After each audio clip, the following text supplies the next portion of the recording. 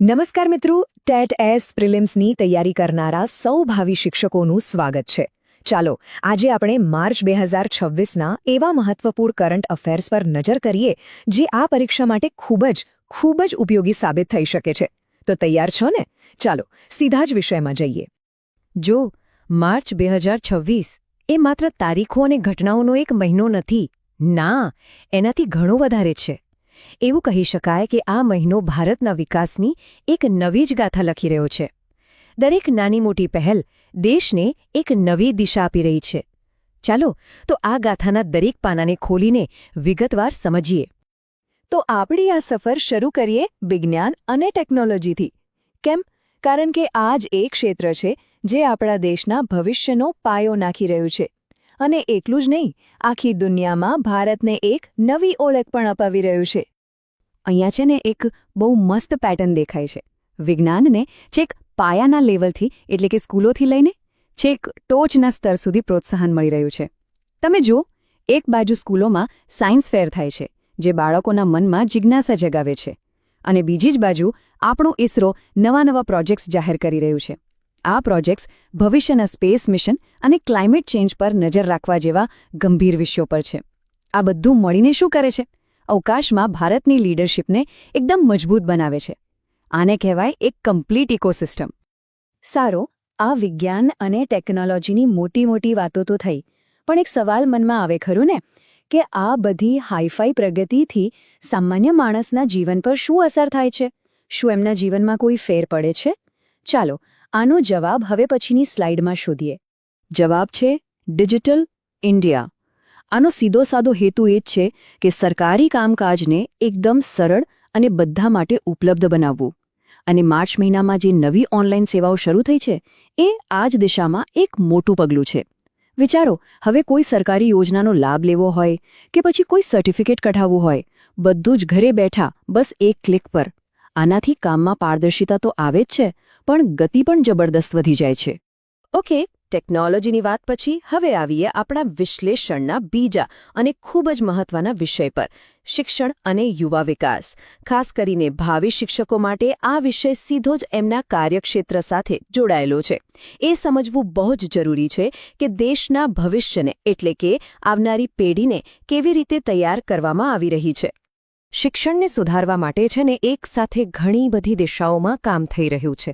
તમે જુઓ, એક બાજુ છે પીએમ પોષણ યોજના, જે બાળકોના સારા સ્વાસ્થ્યનું ધ્યાન રાખે છે, તો બીજી બાજુ ગુજરાતમાં સરકારી શાળાઓ હવે સ્માર્ટ બની રહી છે.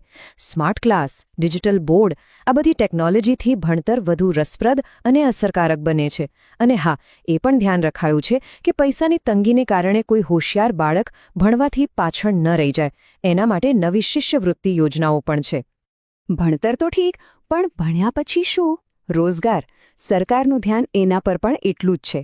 આ જે નવો સ્કિલ ડેવલપમેન્ટ પ્રોગ્રામ છે એ બહુ ઇન્ટરેસ્ટિંગ છે. એ યુવાનોને ખાલી નોકરી માટે તૈયાર નથી કરતો, પણ એમને એટલા સક્ષમ બનાવે છે કે તેઓ પોતાનો ધંધો પણ શરૂ કરી શકે. આખી પ્રોસેસ એકદમ સ્પષ્ટ છે. પહેલાં યોગ્ય યુવાનોને શોધો, પછી તેમને એવી ટ્રેનિંગ આપો જેની ઇન્ડસ્ટ્રીમાં ડિમાન્ડ હોય. આ જ આ યોજનાનો મજબૂત પાયો છે. ચાલો હવે વાત કરીએ સામાજિક સશક્તિકરણ અને જાગૃતિની. દેશના સોશિયલ સ્ટ્રક્ચરને એટલે કે સામાજિક માળખાને મજબૂત કરવા માટે માર્ચ મહિનામાં શું થયું એના પર એક નજર નાખીએ. કારણ કે એ વાત તો સાચી જ છે ને કે સમાજ મજબૂત હોય તો જ દેશ પ્રગતિ કરી શકે. સામાજિક જાગૃતિની દ્રષ્ટિએ માર્ચ મહિનો ખરેખર બહુ એક્ટિવ રહ્યો. 8 માર્ચે આંતરરાષ્ટ્રીય મહિલા દિવસ પર મહિલા સશક્તિકરણ પર ફોકસ હતું, તો આખો મહિનો રોડ સેફટી પર ધ્યાન આપવામાં આવ્યું. અને આટલું જ નહીં, ગુજરાતમાં હેલ્થ સેક્ટર પર પણ ખાસ કામ થયું. ગામડાઓ સુધી સારી આરોગ્ય સેવાઓ પહોંચે એના માટે જે પ્રયાસો થયા, એક હેલ્ધી સમાજ બનાવવા માટે બહુ જરૂરી છે. અને હા, જ્યારે આપણે સામાજિક ઉત્સાહની વાત કરતા હોઈએ ત્યારે સ્પોર્ટ્સને તો ભૂલી જ ન શકાય. માર્ચ મહિનામાં તો આપણા ખેલાડીઓએ કમાલ કરી દીધી. આંતરરાષ્ટ્રીય સ્તરે શાનદાર પ્રદર્શન કરીને દેશનું નામ રોશન કર્યું છે. અને યાદ રાખજો, આ જીત ખાલી મેડલ નથી હોતી, એ દેશના કરોડો યુવાનો માટે એક જોરદાર પ્રેરણા હોય છે. એક વાત નક્કી છે, વિકાસ તો જરૂરી છે, પણ પ્રકૃતિના ભોગે તો નહીં જ. તો ચાલો હવે આપણા ચોથા અને ખૂબ જ અગત્યના મુદ્દા પર આવીએ, પર્યાવરણ અને સસ્ટેનેબલ ડેવલપમેન્ટ. જોઈએ કે ભારત એ ગ્રીન અને ટકાઉ ભવિષ્ય માટે કેટલું કટિબદ્ધ છે. ભલે અહીં 4 અલગ અલગ પહેલ દેખાય, પણ બધાનો ધ્યેય એક જ છે: આપણા પર્યાવરણને બચાવવું. વિશ્વ વન્યજીવ દિવસ પર જાગૃતિ લાવવાની વાત હોય કે પછી સોલાર અને વિન્ડ એનર્જી જેવા ક્લીન એનર્જીના પ્રોજેક્ટ્સ હોય, એટલું જ નહીં, પાણી બચાવવાની ઝુંબેશથી લઈને સ્વચ્છ ભારત અભિયાન સુધી આ દરેક પગલું, ભલે નાનું હોય કે મોટું, આપણા બધાના એક ટકાઉ ભવિષ્ય માટે બહુ મોટો ફાળો આપી રહ્યું છે. અને હવે આપણે આવી પહોંચ્યા છીએ આપણા આ વિશ્લેષણના સૌથી છેલ્લા અને કદાચ સૌથી મહત્વપૂર્ણ ભાગ પર. અત્યાર સુધી આપણે જેટલી પણ વાતો કરી, વિજ્ઞાન, શિક્ષણ, સમાજ, પર્યાવરણ, આ બધું જ છેવટે એક જગ્યાએ આવીને જોડાય છે, અને એ છે દેશની આર્થિક વૃદ્ધિ અને સારું શાસન. સરકારનો ફોકસ 2 મુખ્ય મોરચા પર છે. એક તરફ છે આપણા ખેડૂતો, જે ખરેખર દેશની કરોડરજ્જુ છે.